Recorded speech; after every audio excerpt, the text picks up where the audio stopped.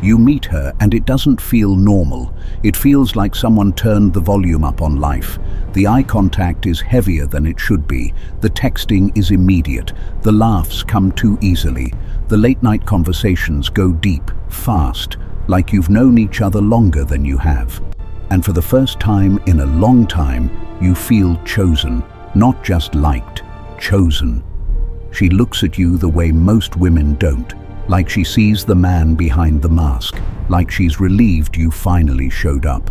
She starts sharing personal things early, family stuff, pain stuff. I've never told anyone this stuff. And you tell yourself the sentence that has trapped more good men than they'll ever admit. This is different. This is real. And at first, it is real. At least it feels real. Because the chemistry isn't just physical, it's emotional. It's psychological. It's that rare combination where you don't just want her, you want to protect her, understand her, build something with her. Then one day you look up and it's been a few months, and you're tired, not busy, weak, tired. You're tired in your bones. You're second-guessing everything you say. You're replaying conversations in your head, trying to find the moment you messed it up. You're walking on eggshells around a woman you used to feel completely relaxed with. And the part that confuses you the most is this. When things are bad, they're really bad. But when things are good, they're almost perfect. That's what keeps you hooked. Those good moments feel like proof. Proof that the connection is real. Proof that she does love you. Proof that if you just stay steady, if you just communicate better, if you just reassure her enough, this will settle down. But it doesn't settle down. It escalates. The same pattern starts repeating like a script. Every time you get closer, she gets colder. Every time you make things safe, she finds a reason to make them unstable. Every time the relationship starts to feel peaceful, something suddenly has to be talked about, and the talk turns into an argument, or an accusation, or a test you didn't agree to take. You'll be sitting there thinking, how did we go from laughing on the couch last night to this? What changed in 12 hours? Here is what changed. Closeness happened. Safety happened. A good moment happened. And for some people, a good moment doesn't feel safe. It feels like the calm before the storm. So they create the storm. Not because they want to ruin things, because their nervous system is trained to expect that good things get taken away. So instead of waiting for loss to happen, they manufacture loss on purpose. So at least they feel in control of it. This is the part men don't understand until they've lived it. You think you're dating her, but you're also dating a wound with memory, a wound with reflexes, a wound that doesn't care how sincere you are, because it isn't reacting to you as a person. It's reacting to you as a role. And the role is simple. You are the man she's unconsciously testing to see whether you'll disappear the way someone else did. If you've ever been in something like this, you already know what the tests look like. You recognize the pattern immediately. The goalposts on trust keep shifting. Minor misunderstandings turn into proof. Old issues show up right after a great moment. Boundaries get punished with coldness, and reassurance becomes a trap. Because the moment you give it, you're blamed for needing to. And you can do everything right and still lose, because the tests aren't designed to be passed. They're designed to confirm a belief she formed long before you arrived. In this video, I'm going to break down that pattern clearly, without fluff, so you can recognize what's happening while it's happening. Not after you're drained, not after you've wasted years, while you still have clarity. Because once you understand the mechanics, you stop personalizing the chaos. You stop bargaining with it, and you start making decisions like a man who respects his own life. Now let's start where it actually begins. Not your beginning with her beginning with men. Because the relationship you think you're in today was programmed a long time ago. Here's the clinical truth that explains the entire relationship without demonizing anyone. What you're watching isn't craziness, it's conditioning. A father wound forms when the primary male figure in a girl's early life fails to provide consistent emotional presence and protection. That can mean he wasn't there at all. It can mean he was physically present but emotionally vacant. It can mean he was unpredictable, warm on Monday, cold on Tuesday, affectionate when it suited him, absent when it mattered. It can mean criticism, contempt, addiction, detachment, or a household where she had to earn attention the way a kid earns scraps.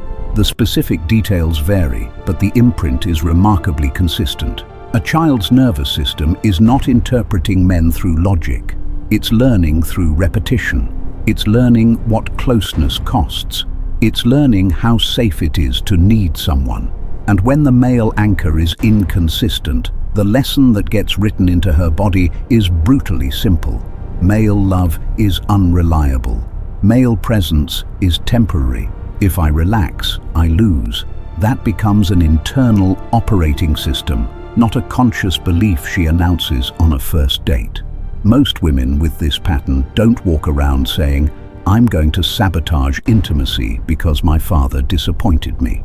They aren't plotting, they're reacting. Their body learned a rule early, and their adult relationships run that rule automatically. Now here's where men get blindsided, because they assume something that feels logical but isn't psychologically accurate. You assume that a woman who lacked stability would crave it when she finally meets it. Sometimes she does, in theory. But the nervous system doesn't chase healthy, it chases familiar. And for someone who grew up with emotional uncertainty, stability can feel foreign. And foreign does not automatically feel safe. Foreign often feels suspicious. So when you show up as a consistent man, reliable, emotionally available, straightforward, two things happen at once. First, she's drawn to it. The fantasy lights up. Finally, a man who shows up, a man who's different, a man who won't leave. And then, as you keep showing up, the second thing happens. Her body starts scanning for the moment it goes wrong. Because in her history, the good part is always the part right before the withdrawal. The calm was never permanent. The calm was the setup. The calm was what made the drop hurt more. So your stability doesn't soothe her, it activates her. This is the part men misinterpret and personalize. You think, if I'm consistent, she'll relax. But what often happens is, the more consistent you are, the more her system prepares for betrayal. The more grounded you are, the more her mind starts generating theories. The more peaceful the relationship becomes, the more uneasy she feels, because peace is not her home terrain. And when peace isn't your home terrain, you don't know how to live there. You feel exposed, you feel powerless, you feel like something is about to happen and you won't be ready. So you do the only thing your system knows how to do to regain control. You create instability, not because you love drama, not because you want to destroy the relationship, but because instability is where you understand the rules. Instability is where you feel competent. Instability is familiar emotional weather. This is why some of the worst blow-ups happen after the best moments. A great weekend, deep connection, laughing, sex that felt like a reconnection. You go to sleep thinking, we're good. And then the next day, she's colder, shorter, hyper-alert. Suddenly, something feels off. Suddenly, you're defending yourself against a charge you didn't know existed. Suddenly, a minor tone in your voice is evidence. Suddenly, she's reopening an issue from 2 weeks ago that you thought was resolved. Men experience that moment as whiplash, but clinically it makes perfect sense. The closeness triggered the fear. The fear demanded distance, and conflict is one of the fastest ways to create distance while still keeping you engaged. That's the controversial part men need to hear without sugarcoating it. For some wounded people, conflict is not a failure of the relationship. Conflict is a tool. It regulates their nervous system. It returns them to what feels normal. It recreates the emotional temperature they grew up in. So the argument is rarely about the argument. The accusation is rarely about the accusation. The content changes, but the function stays the same. Create tension, regain control, test whether you'll stay, then pull you back in when the anxiety of separation becomes too much. And if you don't understand that function, you will spend months or years trying to solve the wrong problem. You'll argue facts, you'll defend intentions, you'll bring logic to a nervous system fight. You'll keep thinking you're failing a relationship test, when in reality, you've been drafted into a childhood reenactment. Now let's put this into a sequence you can actually recognize while it's happening, because men don't get destroyed by the first argument. They get destroyed by the confusion. They keep thinking, if I explain it better, if I reassure her better, if I show her I'm solid, this will stop.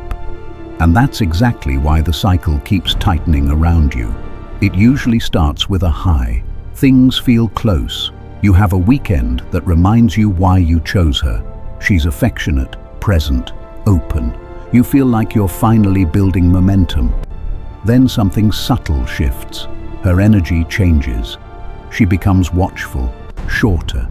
She starts reading between lines that aren't there, and you can almost feel it.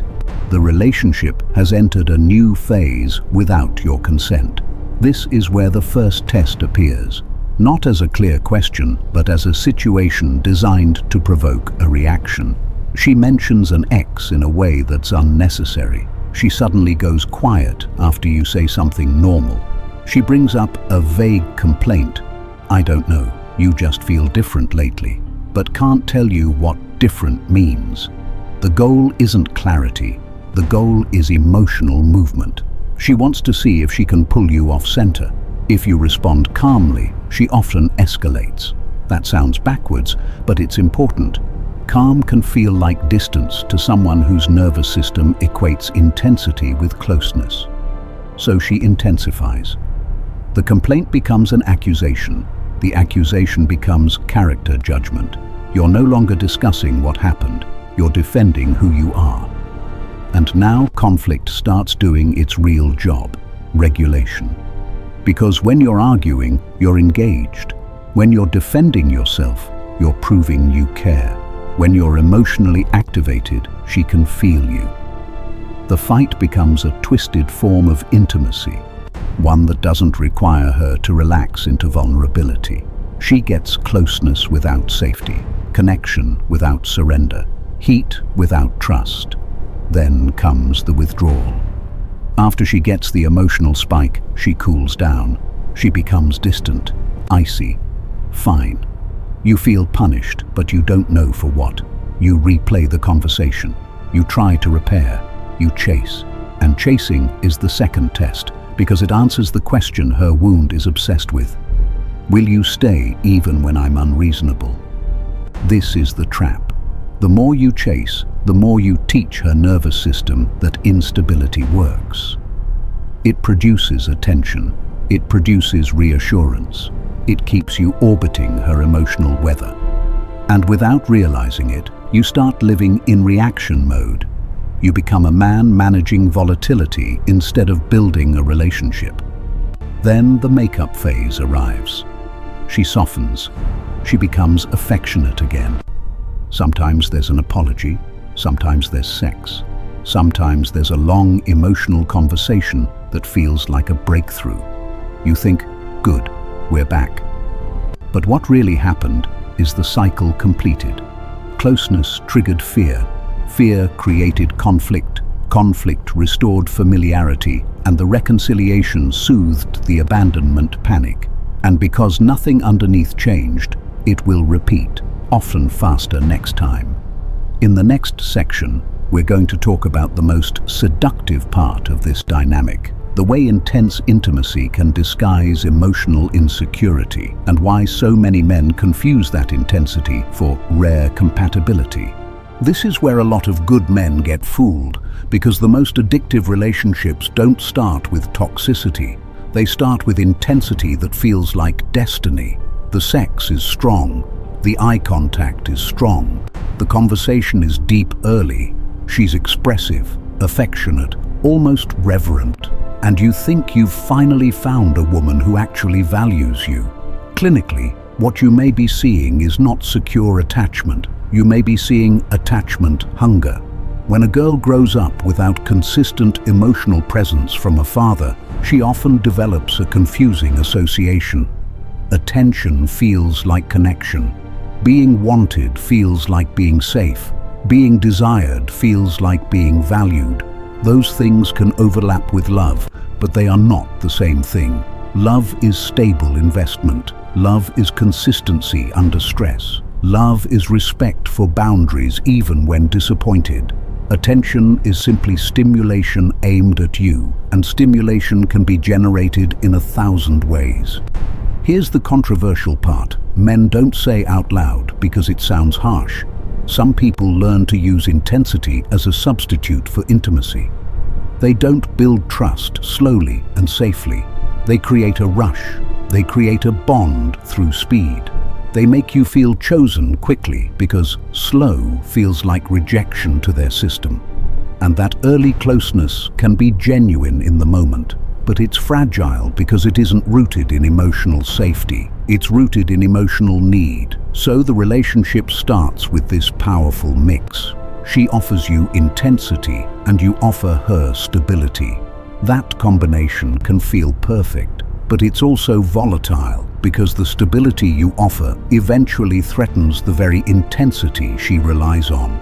Stability asks her to relax. Relaxation asks her to trust. Trust asks her to be vulnerable. And vulnerability is exactly what her history trained her to avoid. This is why physical intimacy becomes so complicated in this dynamic. The chemistry can be off the charts, but you'll notice an undertone you can't quite name. It can feel less like mutual exploration and more like proof. Proof that she's wanted. Proof that she matters. Proof that you're still there. And when intimacy functions as proof, it becomes a tool for managing anxiety rather than building connection.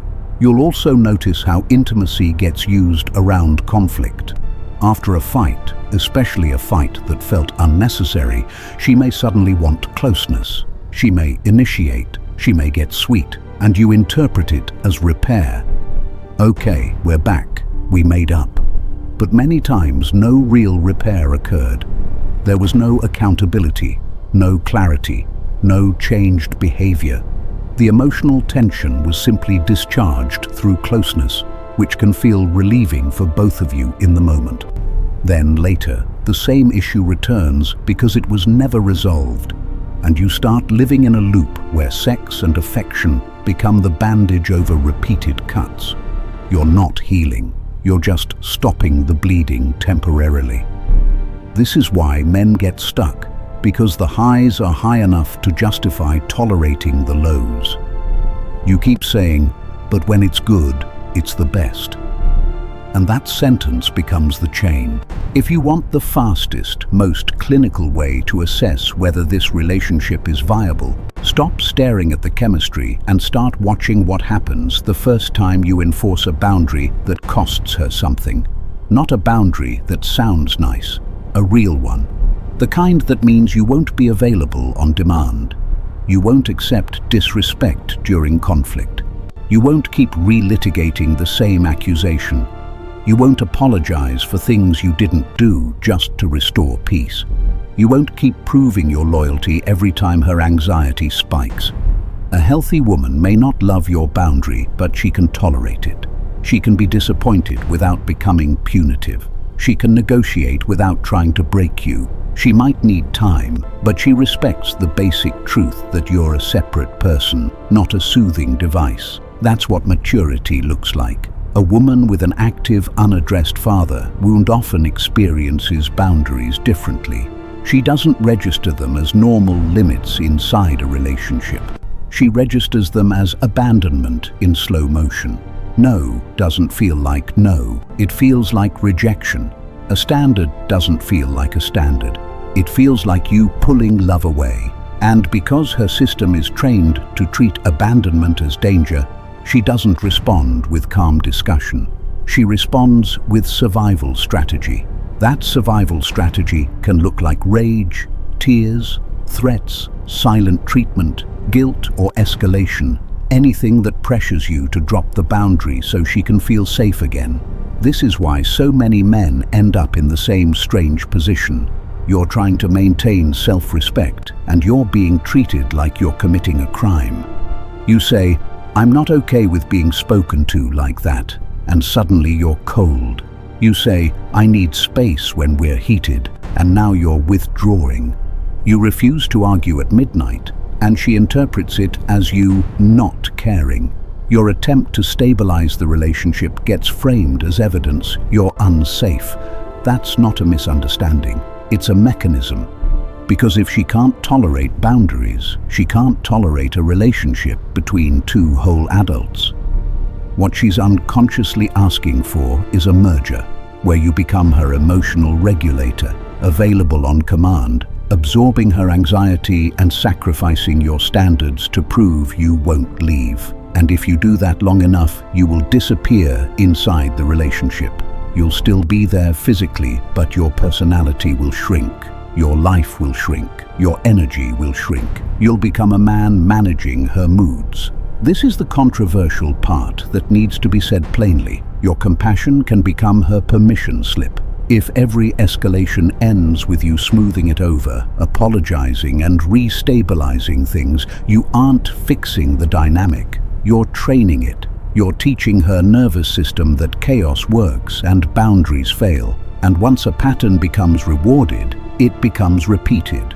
So you have to use boundaries as information, not as a negotiation tactic.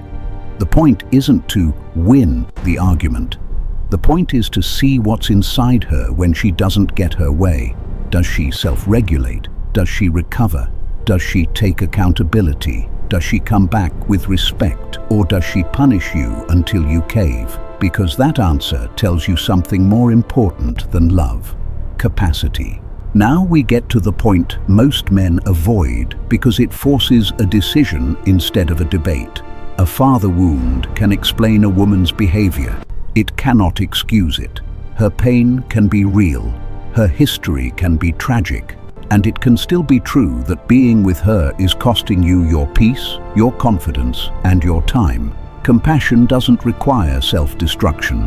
Understanding doesn't require you to volunteer for the role of emotional punching bag. So the real question becomes, is she in process or is she in pattern? A woman who is in process doesn't just have insight, she has evidence. She can name what she does under stress, and she can show you what she's doing differently. You'll see fewer blow-ups, shorter recoveries, cleaner conflict. You'll see her catch herself and repair without you begging for it. You'll see her tolerate the discomfort of stability instead of trying to poison it. You'll see her respect boundaries even when her nervous system hates them.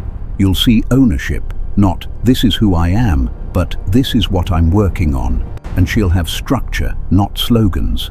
That matters because trauma patterns are stored in the nervous system. You don't think your way out of them. You train your way out of them. Structure means therapy with a real modality, consistent attendance, specific practices, accountability, and a willingness to be confronted by her own behavior without turning you into the enemy. "I'm working on myself" is meaningless if it has no schedule, no practice, and no measurable change. A woman who is in pattern is different. She can often explain her trauma beautifully. She may be self-aware in conversation and still completely unregulated in conflict. She may apologize sincerely and still repeat the same behaviors on the same timeline.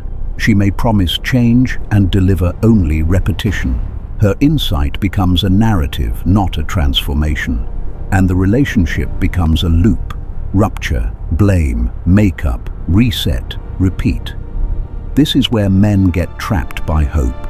You keep waiting for the version of her from the beginning, the affectionate, open, adoring version.